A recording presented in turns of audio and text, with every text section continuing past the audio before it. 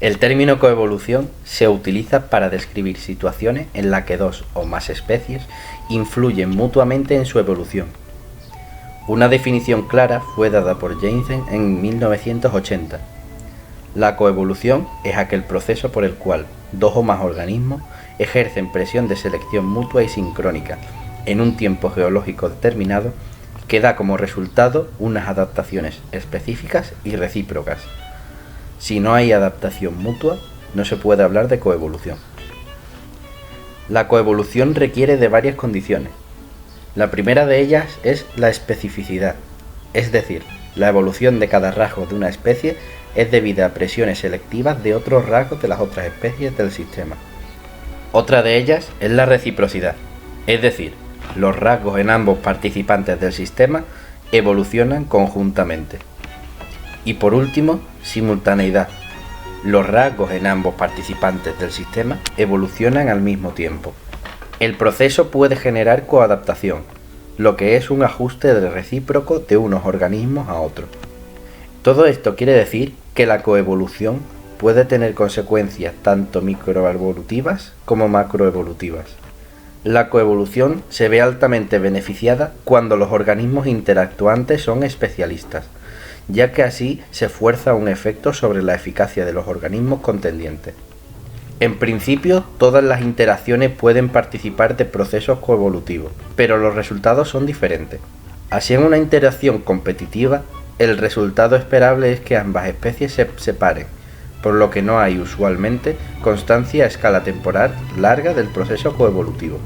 Las interacciones antagónicas usualmente producen una vinculación temporal entre la presa y el depredador, u hospedador o parásito, aunque la tendencia de la presa es a escapar del depredador, evolutivamente hablando. Las interacciones mutualistas, por el contrario, también producen una vinculación entre ambos organismos, aunque la tendencia de la presa es a escapar del depredador, evolutivamente hablando. Las interacciones mutualistas, por el contrario, también producen una vinculación entre ambos organismos, aunque en estos casos es esperable que la interacción sea duradera, ya que ambos se benefician de dicha interacción. Algunos ejemplos de coevolución antagónica pueden ser el que se da entre la ardilla roja, el pitituerto y el pino carrasco. Beckman observó, estudió y escribió un artículo sobre un caso muy interesante de interacciones coevolutivas entre estas tres especies en las montañas rocosas de Canadá: la ardilla roja, el piticuerto y el pino carrasco. Estas interacciones también se dan en otras partes del mundo, incluyendo la península ibérica. La ardilla y el pitituerto son depredadores de las semillas del pino, los piñones. Las ardillas toman las piñas y las almacenan para resistir el invierno, mientras que el pitituerto se alimenta directamente haciendo uso de su pico como palanca para abrir la piña y obtener el preciado fruto. Es por ello que las ardillas prefieren las piñas más pequeñas y ligeras con brácteas más juntas, pero con menos semillas, ya que así son más fáciles de transportar. Por otro lado, los pitituertos se decantan por las piñas con brácteas más separadas y grandes, ya que le facilitan la adquisición de alimento.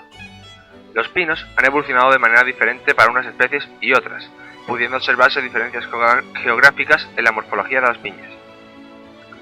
En las zonas donde el principal depredador son las ardillas, como en el este de la península, los pinos han evolucionado para defenderse de estas, de manera que pueden encontrarse piñas grandes con brácteas separadas, dificultando que las ardillas se las lleven.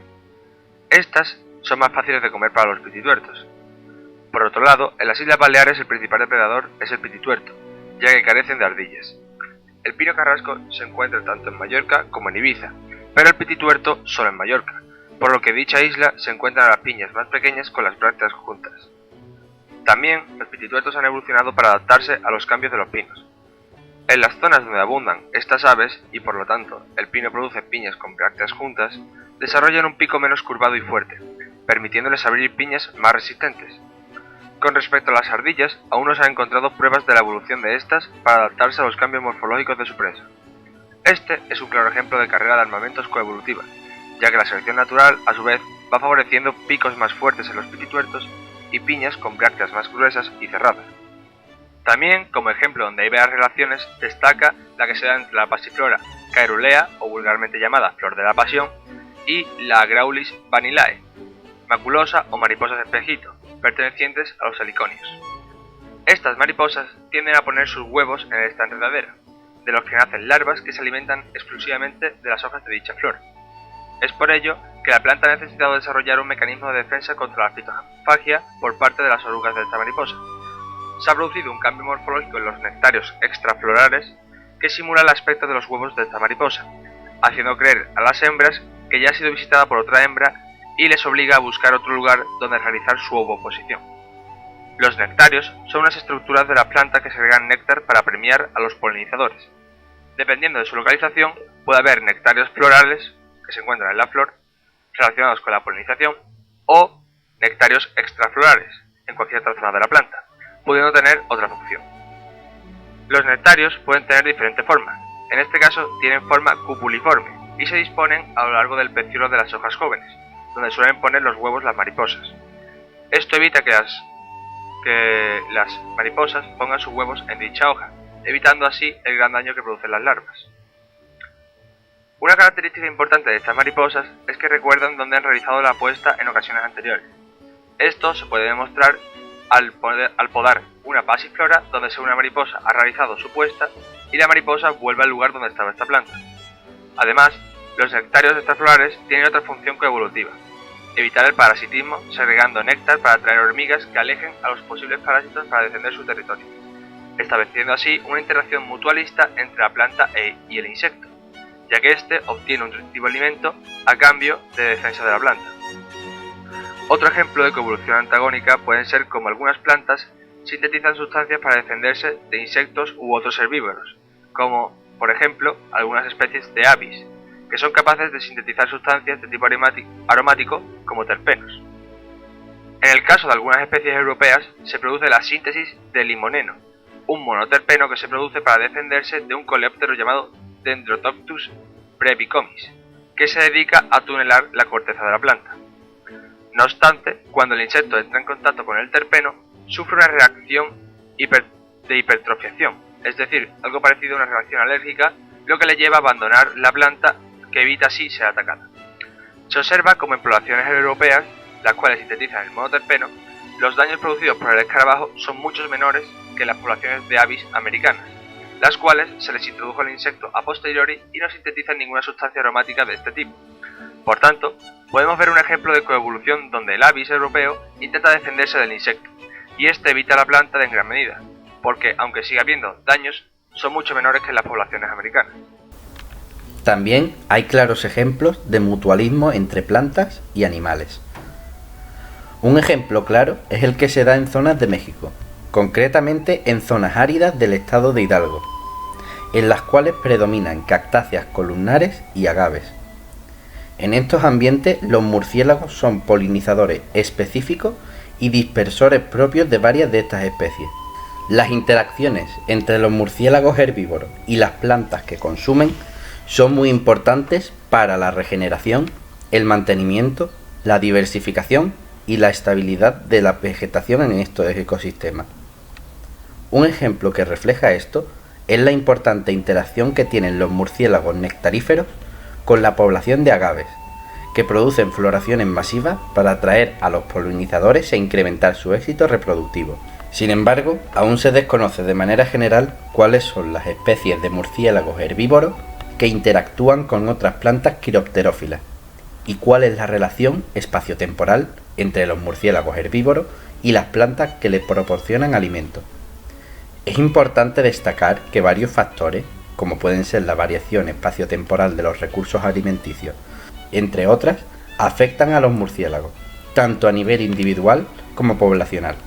Asimismo, un factor importante que afecta el comportamiento de forrajeo de los murciélagos es la estacionalidad de la zona, debido a que influye en la abundancia y distribución de estos. Por lo tanto, los cambios en la fenología floral de las plantas determinan las fluctuaciones poblacionales y pueden inducir cambios en la dieta de los murciélagos. De la misma manera que afecta el ciclo de dichas especies a los murciélagos, la polinización y dispersión de semillas por murciélagos es esencial para el flujo genético dentro y entre las poblaciones de plantas, en esencial para aquellas que se encuentran amenazadas, como Cephalocerus senilis y Agave peacock. Es también, además, un prerequisito para que se lleven a cabo los procesos de reforestación en las comunidades vegetales. Las floraciones de los agaves son un recurso alimenticio fundamental, porque producen grandes cantidades de néctar y polen durante la temporada de reproducción de los murciélagos nectarívoros. Por otra parte, las especies de cactus columnares proporcionan néctar, polen y fruta de consistencia suave, especialmente a los murciélagos glosofáginos, que son consumidores activos de estos, pero también pueden ser consumidos por otras especies de murciélagos frugívoros. Los murciélagos que se alimentan de dichas flores y frutos han sido señalados, ya que sus hábitos alimenticios tienen un considerable impacto en la estructura de la vegetación de las zonas que habitan. Polinizan de manera efectiva a las flores que visitan y dispersan de una forma amplia y efectiva las semillas de los frutos que consumen. Las flores y los frutos son recursos efímeros en el espacio y en el tiempo, por lo que los murciélagos que se alimentan de ellos responden a su abundancia a nivel geográfico y estacional, buscando activamente estos recursos. A lo largo de las zonas desérticas, las poblaciones de murciélagos antófilos de los géneros Leptoicteris lydekker y Coeronicteris chudi realizan migraciones anuales. Estos murciélagos se alimentan en buena proporción del néctar de las flores de agaváceas y cactáceas, cuyos periodos de floración parecen formar latitudinalmente un amplio corredor de néctar. Esto es una extensión espacial a lo largo de la cual especies de plantas florecen y fructifican en sincronía con la llegada de sus agentes polinizadores y dispersores. Este corredor de néctar mantiene a las poblaciones de murciélagos durante su desplazamiento y posterior cría. La variación temporal de la abundancia de los murciélagos herbívoros es una consecuencia directa de la disponibilidad de los recursos alimenticios, aunque otros factores como la estacionalidad climática deben tomarse en cuenta.